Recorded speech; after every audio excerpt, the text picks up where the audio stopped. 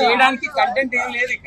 అయితే అనుకోకుండా కాంట్రవర్సీలో సీతమ్మని ద్రౌపదిని అనేసరికి ముఖ్యంగా హిందుత్వవాదుల మీద ఎగబడ్డారు. హిందుత్వవాదులు ఎగబడేసరికి దీన్ని కూడా వీడు అవకాశంగా మలుచుకోవాలనుకుంటున్నాడు. ఎలా అంటే వీడికి ఇంకా కంటెంట్ లేదు వీడియో తీయడానికి. సో ఇప్పుడు హిందుత్వం మీద బత్తాయిలు అని హెడ్లైన్స్ అదే కంపెనీస్ వీడియోలు పెడుతున్నారు కదా. బత్తాయిలు అంటే అర్థం ఏంటో వాడికి ఈ పదం ఎవరు వాడతారంటే యాంటీ హిందూ యాంటీ ఇండియన్స్ వాడతారు. సో బత్తాయిలకు అదే వాడు అనుకునే బత్తాయిలతోనే పెట్టుకున్నాడు కదా. ఇప్పుడు ఇంతకుముందు అయితే వదిలేసే వాళ్ళు ఏమో మామూలు జనాలు, కానీ బత్తాయిలు కదా వాడు రసాన్ని ఖచ్చితంగా పెడతారు. వాడు ఏ దేశంలో ఖచ్చితంగా లాగొస్తారు.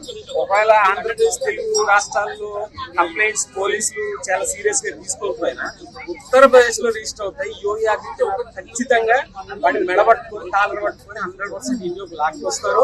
100% వాడి బొక్కలో వస్తారు. వాడి జీవితాంతం బొక్కలోనే ధైర్యంతో హిందువులు అన్నాడు బాబాయ్. అదే వాడికి ధైర్యం ఏంటంటే వాడి ఏ మతమైనా కావచ్చు, వాడు హిందూ కాకపోవచ్చు. హిందూ కానంత మాత్రమే హిందూ మీద ద్వేషం చూపించాలని రూల్ ఏం లేదు కదా. వాడు చూపిస్తున్నాడు.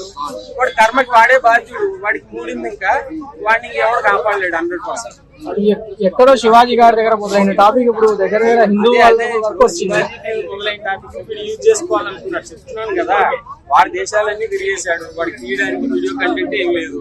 ఇప్పుడు అనుకోకుండా కాంట్రవర్సీ దొరికింది, దాన్ని ఉపయోగించుకోవాలనుకుంటే సో అది కూడా రివర్స్ అయింది. ఆ రివర్స్ అయిన దాని మీద హిందువుల మీద కామెంట్ చేసేసరికి హిందువులందరూ ఎగబడ్డారు.